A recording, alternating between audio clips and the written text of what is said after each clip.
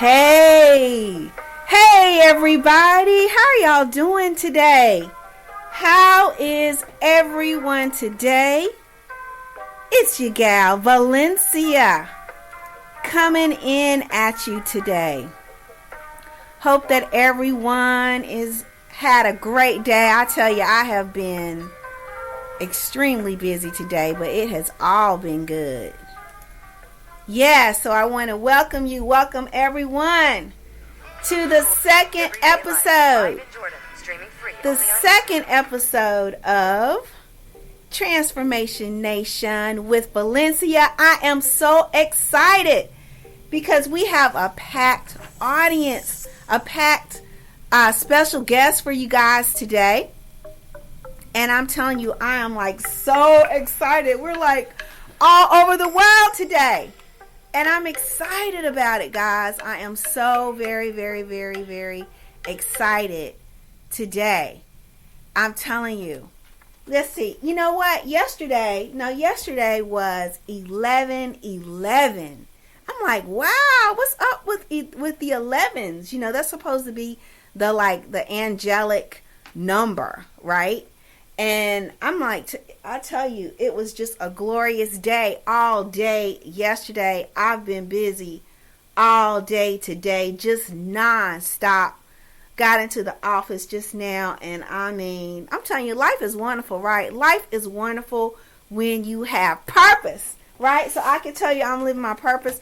I am so grateful to you all who decided to join us today for the podcast. But we have got some really fantastic, totally fantastic special guests for the evening. We got a little surprise too at the end, so you might want to stay tuned at the end for the surprise. Okay, a surprise. Okay, now let's just say, y'all know I can't sing. Okay, I can't sing, but we got a surprise coming on the end that you do not want to miss. But we have on the show today, we have Marie Von Cadmus. Y'all, she is out of Vancouver, Canada, guys. And I'm telling you, I'm so excited to have her on the show today. She's a mental health expert. And she's just got the sweetest spirit. And she's got some very transformational things to say today. I really can't wait for you guys to hear her story. I'm telling you, it is fantastic. Yes, it is. And right after that, oh my goodness, Jeremy's going to be on. Yes, Jeremy will be on, guys. You guys, I cannot wait for you guys to meet Jeremy. He is fantastic. I'm telling you. He's one of those people where when you meet him, you feel like, man, I've known you for a while, haven't I? So it's really super fantastic. It's super fantastic to have Jeremy on. I cannot wait to hear what he does for people, guys. I call him a hope dealer.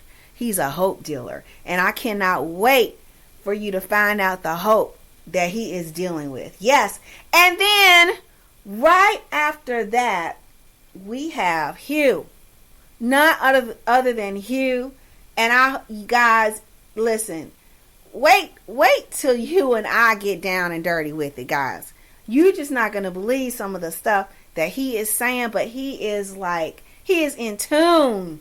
On another level. He's like, when I first met Hugh, I was like, Hugh, are you like my brother from another mother or something? Because I'm like, Hugh, man, you're speaking my language here. You're speaking my language, you know. He's an enlightened brother. So I want you guys to hear what Hugh has got to say. And who knows?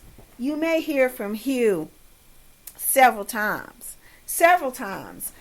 During the Transformation Nation on other podcasts that we have. So, guys, I am excited. I'm excited. So, look, I want to get this party started, guys. Where is my music, guys? I got to put something upbeat and something happy on here, guys. And we're going to come back in just a few seconds. And we're going to talk to Marie Von Catmus from Vancouver, Canada. All right, she's up next. Hold on, guys.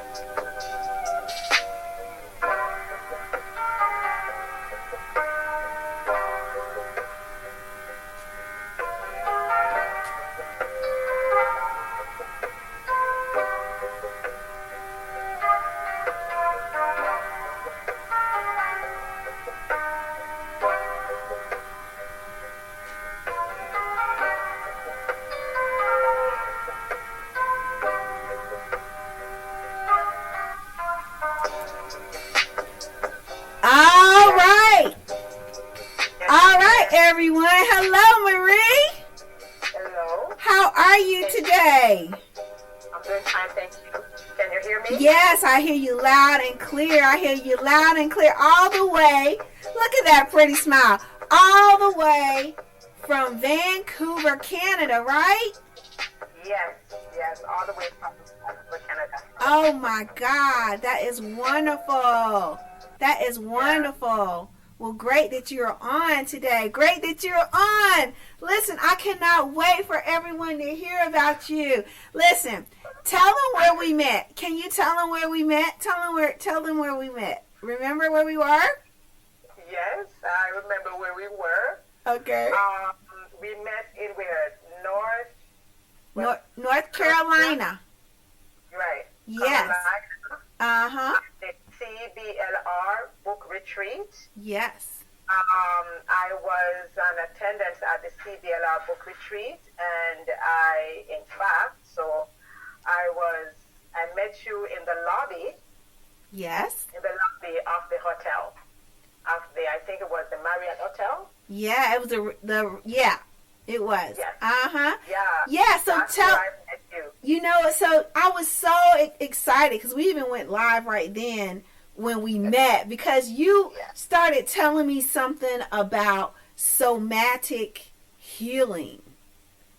Yes. And I was so intrigued with that. But first, I want everyone to know your story. Like, tell us your story. And, where did all of this come about? Like, where are you from? Where did all of this come about that you got involved into the somatic healing? And, I mean, you're a mental health expert now. And so, just tell us all of that. And this is like a ministry for you, correct? Yes, I am elated, and I give God thanks. I think it has been a long time coming. But before I go any further, yes, my name is Rosemary Vaughn Cadmus. I live in Surrey, BC, but most people wouldn't know it as Surrey, BC, so I would say Vancouver, BC. So that's where I live. I currently attend Bethel United Apostolic Church in Surrey, BC. My pastor is Pastor Daniel Samuel, so that's the church where I worship at. So I am a survivor, I will say it. I am a survivor of sexual abuse and sexual assault. Mm-hmm. I have survived many, at least 4 suicidal attempts. I have. Oh, wow. By the grace of God, I have survived that. My first suicidal attempt was when I was 12 years old. Mm-hmm. Yes. Wow, 12. Yes. My first suicidal attempt, I was 12 years old. It was several years. My dad died when I was 8 years old, and that was when I started to, I think, experience, with depression. Now that I am in the mental health field, I now understand what was happening with me back then. But back then, we didn't have the tools, so I didn't really cope great with his death and with the loss. So, and like I said, back then we didn't have the full understanding that children do go through grief. Right. And how old were you then? How old were you when your father passed? I was 8 years old. Wow. And my dad was my world. He was my everything. Yes, I had my mom, but I was very close with my dad. And his loss impacted my life in ways that I can even imagine. It impacted my life. It impacted our family. And so that was when I started grieving his loss. But like I said, there was no understanding even back then that children do go through grief. Mm-hmm. And I was going through grief. And so I really did not fully grieve my father's death until I would have been in my early 30s, which would have been in 1998 to be exact. In 1998, that's when I fully come to terms with my dad's death, and I will explain that. So when trauma occurs, one can move on physically, chronologically, but emotionally, they start growing or they start developing emotionally. So because I lost my dad at 8, and subsequently after that, I experienced sexual abuse and rape as well. So during that time period, that's when I begin to develop depression. Mm. So yeah. Wow. So it would have Early been then age. from, yes, it would have been from 12 years old when I wanted to go be with my dad. Mm. I wanted Wow. to go be with my father. Yes, so I deliberately allowed myself to get sick, Mm. and so that I could go and be with him. But God intervened, Mm-hmm. and I am alive today. But it Mm-hmm. was from then I began to have suicidal ideation to go be with my dad. Mm. And one may say, but as I got older, I should have known better. But when you understand what trauma does to a child, and I was young, Mm-hmm. then you would understand why I would still be yearning after my father, even though I was now an adult. Right. Now let me ask Yeah. you a question, Marie. Do you hmm feel that when traumatic things happen at such an early age to a child, do you think that that has more of an impact on a person's life unless they're able to somehow overcome that or know the tools to overcome that? Do you think that could really impact someone's life overall? Yes, yes, it can. If no intervention has taken place when the traumatic event occur, then the trauma can impact the person's life even years later.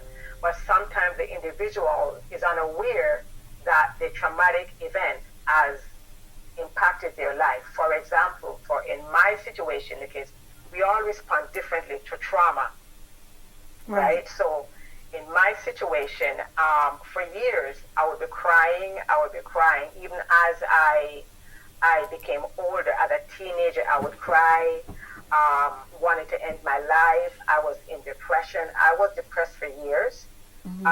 but I still didn't know that's what it was. So I could be watching TV, and I would see like a show where somebody was assaulted or molested, and I would just break down and cry. I Mm-hmm. would cry myself to sleep at night. I was always constantly crying. At the drop of a hat, I would cry. I had triggers, not realizing that they were triggers. For example, when I would walk, if I'm walking on the street and I come in contact with a male, as soon as he is passing me, I stop breathing. Really? I would stop breathing. I would literally, I would start to shake and I would stop breathing until he passes by. Wow. Now, how old were you when you noticed that? And was that after like the sexual abuse or? Yeah, that would be after the sexual abuse. So I would be now um, 18, 19, 20, 21, 22 going on. Even right up until I was 25, 26, going all the way up into my 30s. Um, I would literally stop breathing. Mm. Wow. Yes, I would stop breathing. If someone, if a young man says hi to me, I will literally start shaking Mm. because I don't know what his intentions are. Right. Uh, so I would think that because for me, the abuse started by the person grooming me because molesters groom the individuals that they are going to molest. So this person who started the molestation would tell me that he loves me. So later on, when I hear the same thing, I would feel that the person now wants to have the same relationship with me in the field of psychology that is called classical conditioning. So so it's the same tool that the abuser would use to to get me when another male said that he loves me, which it made me um, just purely love and had nothing to do with sexual meaning. But for me, my brain tells me that's what it means Right. because that is the first experience that I had with the word love. Although my father did let me know that he loved me, but the abuse messed up my thinking. Right. Right. So what does that have to do with the healing process? Like, how can a person heal over that? What about, because we talked about somatic healing, and explain to the audience what that is. Well, somatic healing, which is something that is very dear to my heart. I came into it about almost a year now, because I am now completing my license as a therapist, but I have done mental health work, so I am a mental health practitioner. However, somatic therapy is what, for example, when we experience trauma, the trauma does not only affect us physically. So physically, I was molested. However, my body remembers that. My nervous system remembers it, because it's in our nervous system where the trauma is restored, is stored. Mm-hmm. So because of that, I would be having like chest pains, I would be having like headaches and all of these things, not realizing that it was the pent-up trauma or the pent-up hurt, the emotions that I've been carrying around all these years. I didn't give them a voice. So when it said soma, it has to do with these pent-up toxicity go in our bodies. Right. It is there, and so it comes out in anxiety. It comes out in fear. So each person's body will register the pain differently. So some might have a headache, some might have insomnia, some might have backache, some might have chest pain. So for example, so when a client goes to see a counselor, the counselor will ask them, where in your body are you experiencing this pain? So the somatic pain is, the doctor cannot find a medical reasons why you are having that pain. Right. With all the tests that they have done, there's no medical reason why you are having that pain. So in the medical field now, doctors are beginning to recognize and to confirm that we do that after we have experienced a traumatic event, our body keeps a score, and it does comes out in high blood pressure. It comes out in various manner, and so.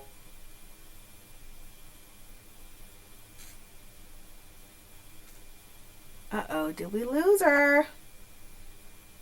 Let's see. See if we can get her back, everyone. One moment.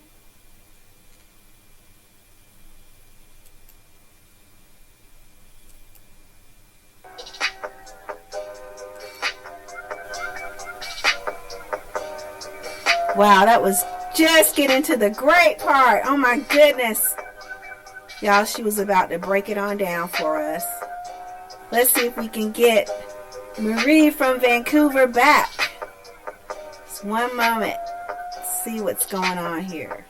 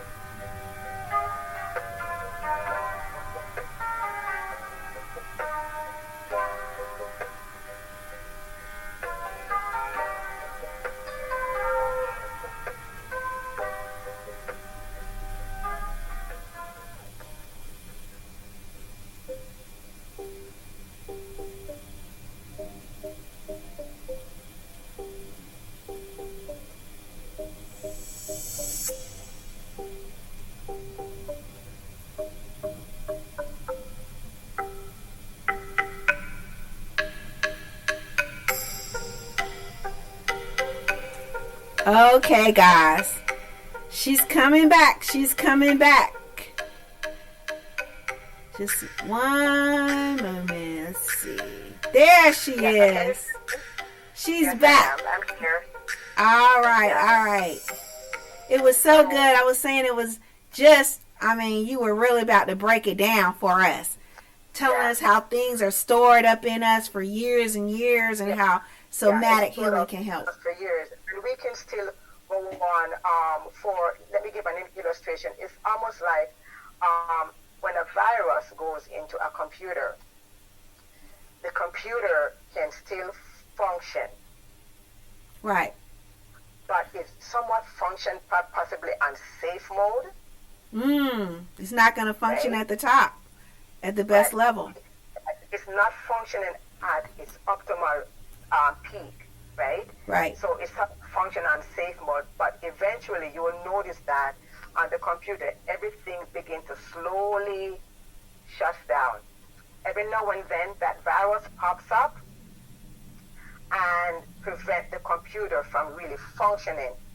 So, for example, for me, I had difficulty trusting anyone because not realizing that this incident, that this unfortunate event that I experienced at a young age was still somewhat affecting my life.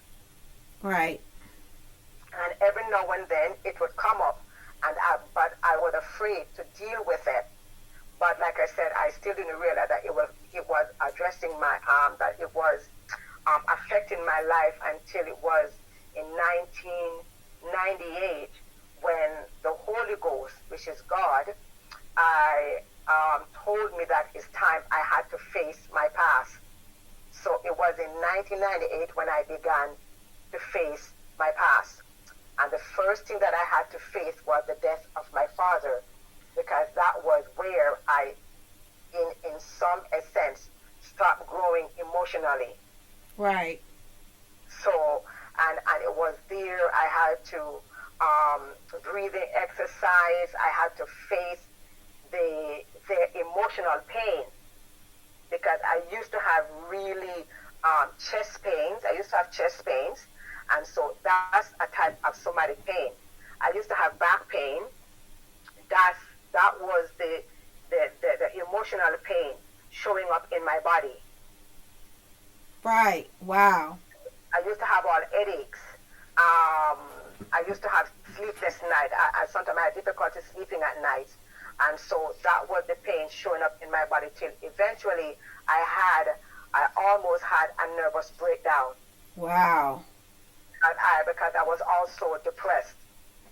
Wow. So, a lot of people are going through this, and they don't know what to do. I mean, they don't know what, people of all walks of life, whether you're in the church, out of the church, people are going through things and they absolutely have no idea what to do.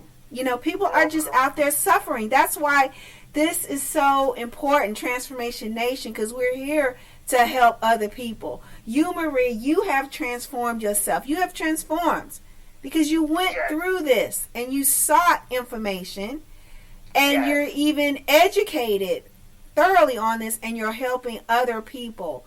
So what if there's someone that's going through this, which I know there are so many people, even I myself have gone through things in my life. But how do you handle that?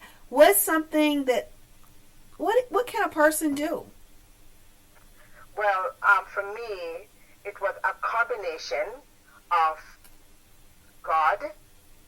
It was a combination of the Lord helping me, and a combination of also getting counseling. Right. Okay. From individuals who knew exactly what I was going through. So if you have been abused, gone through any type of trauma, or even trauma directly or indirectly, it is important to get help, especially in our community and even in the faith-based community. We don't understand that we need to face the emotional pain. Right, Right. exactly. So we say pray about it. Yes, it's important to pray about it because prayer has gotten me through it. But we still have to face the pain. So we still have to go into recovery. When our bodies, for example, if you have an accident, you go and you get therapy.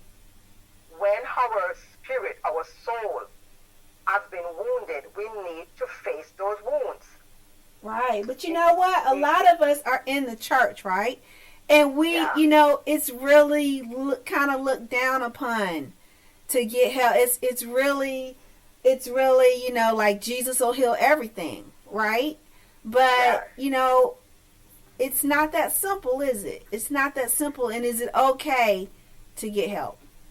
Yes, Jesus is a healer. He came to heal, and he said, above all else, he prayed that we flourish in every area of our life, mind, body, soul, and spirit. And we are mind, body, and spirit. And so all area of our life must be addressed. So Jesus is not, the Bible is not against us getting therapeutic help. The children of Israel, for example, when they came out of Egypt, they were delivered from Egypt, but they had difficulty entering into the promised land. What the reason being, they saw themselves as grasshopper. And when somebody experienced trauma or different stuff in their life, it changed. It can influence, and I would say not everyone, but it can influence the way how they see themselves. So for me, I had low self-esteem. Mm-hmm. Right. Okay. I see myself as worthwhile. I engaged in disruptive behavior. Right. Okay. Right. So I, how does someone get past that? And what is so somatic healing will help a person with this? somatic healing is one of the mental health intervention method. They also have narrative therapy.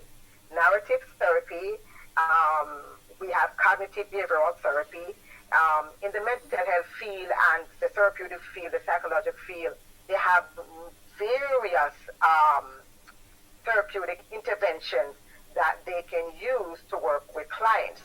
So for me, I had to go through the somatic therapy intervention because the trauma that I experienced was affecting me not only physically but also emotionally. Right. And it was showing up in my body.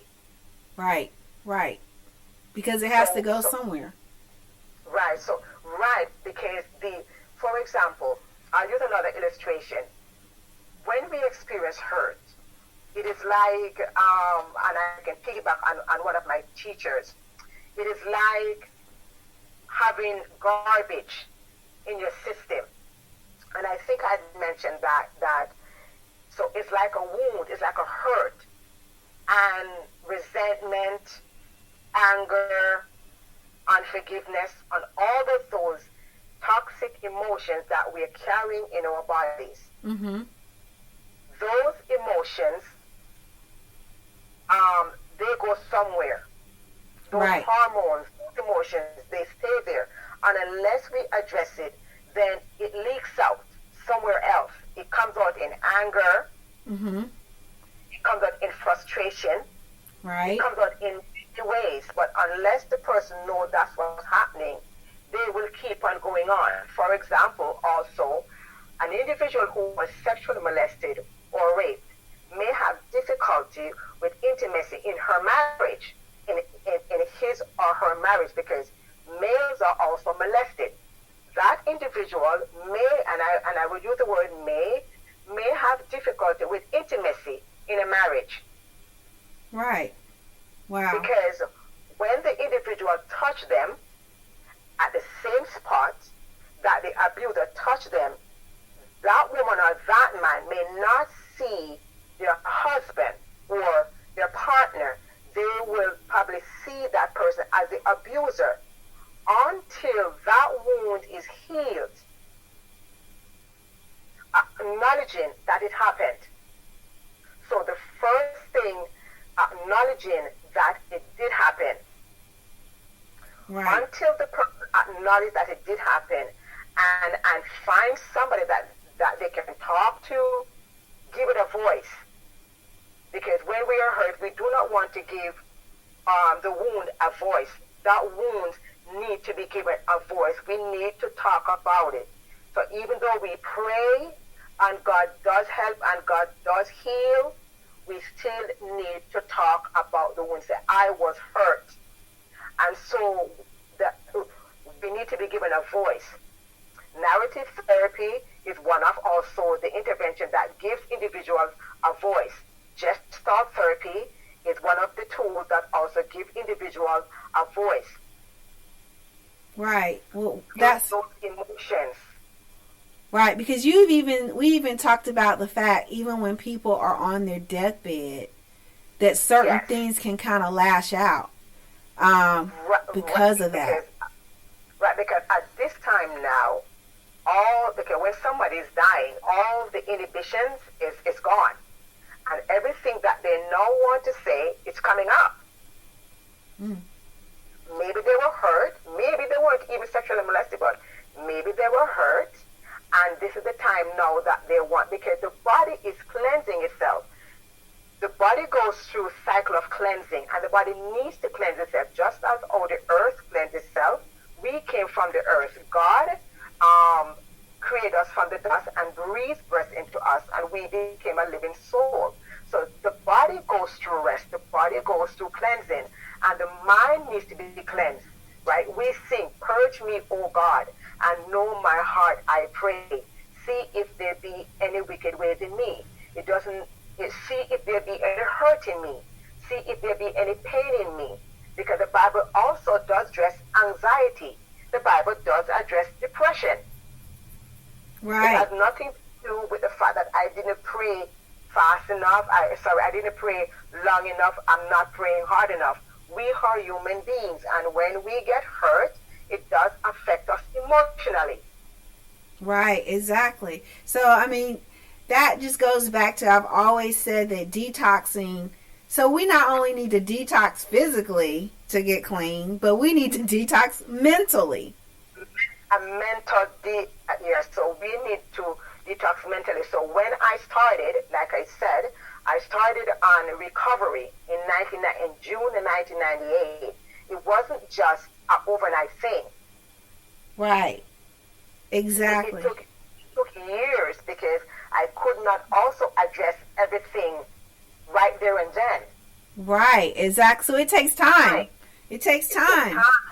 It took time for me to address every situation that I went through, and going through the somatic therapy, sometimes it was painful, because I remember in one incident where I was in therapy, and I started to cry, because crying is one of the ways that the body rids itself of this pent-up toxic. Right. Because I was hurt, but because I was in the care of a counselor who knew how to guide